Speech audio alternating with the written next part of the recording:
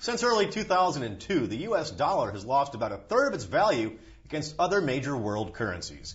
Some market watchers see an even more precipitous drop in the dollar's future. One of those men, Peter Schiff. He's the founder and president of Euro Pacific Capital and author of Crash Proof: How to Profit from the Coming Economic Collapse. Welcome. Thanks for having me. Strong words, economic collapse. What's collapsing and when's it going to happen? Why? Well, I think the dollar is going to collapse, and with it, basically the American standard of living and the way of life that we all are accustomed to. See, American standards of living or purchasing power are a function of what the dollar will buy. Because, we exchange our dollars for the goods that the rest of the world produces. We run an enormous trade deficit every month, every year, and what we're doing is we're exchanging the paper that we print for the goods that the rest of the world produces. But once the dollar really starts to decline, we're going to have to send many, many more dollars abroad to import the same quantity of goods. Since we went off the gold standard more than about 35 years ago, we have had major deficits. We've had major trade deficits as well as government deficits.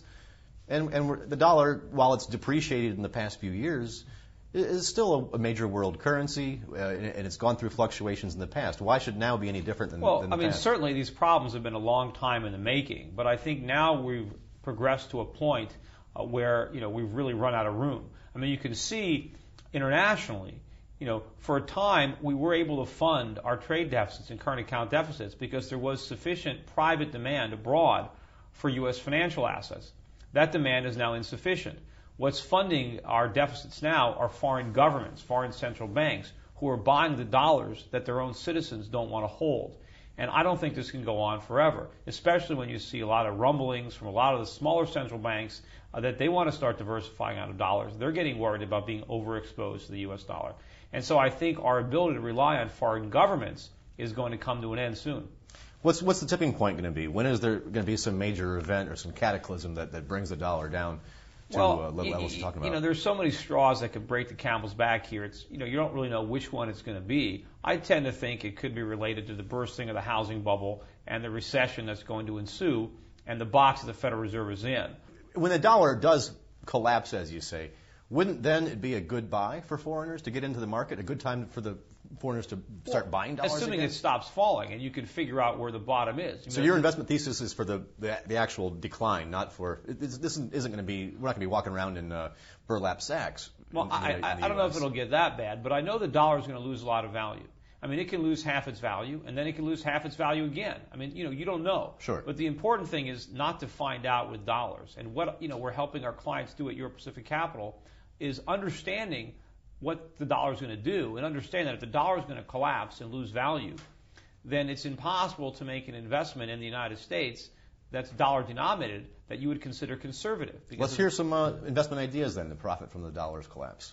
Well, the idea that first of all is to protect your wealth and preserve your purchasing power. And the way you do that, at least the way I've been doing it, is helping my clients to purchase investments around the world, mostly in the developed, mature markets in Europe and Asia, buying conservative income-producing assets such as utilities, such as commercial property trusts, other low PE, high dividend yielding companies, a lot of raw material companies, mining companies, oil and gas companies that pay good dividends, but more importantly, the income streams are denominated in euros and Swiss francs and Singapore dollars. Are there ETFs that you can buy that would give you some access to these markets? Like there are some ETFs EWL would be Switzerland, for example? Or? There are some ETFs here. In general, though, I find a lot of the ETFs own more of the large cap exporters.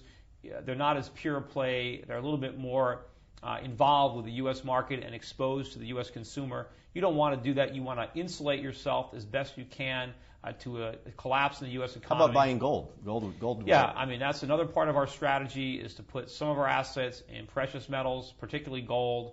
I think that you're going to see a return to gold globally as a form of savings, as an alternative to fiat currencies. I think many people already have. Well, the smart people. Yeah. But eventually more and more people are going to come to this conclusion that they cannot put their trust in central bankers because central bankers, they're politicians with printing presses and they use them. And they're going to debase the money. All right, so go foreign and buy some gold. Correct. All right, Peter, thanks for being here. Thanks for having me. That's Peter Schiff. He's the founder and president of Euro Pacific Capital and author of Crash Proof: How to Profit from the Coming Economic Collapse. For more investment ideas and analysis, including hard asset plays, check out the personal finance section on Forbes.com.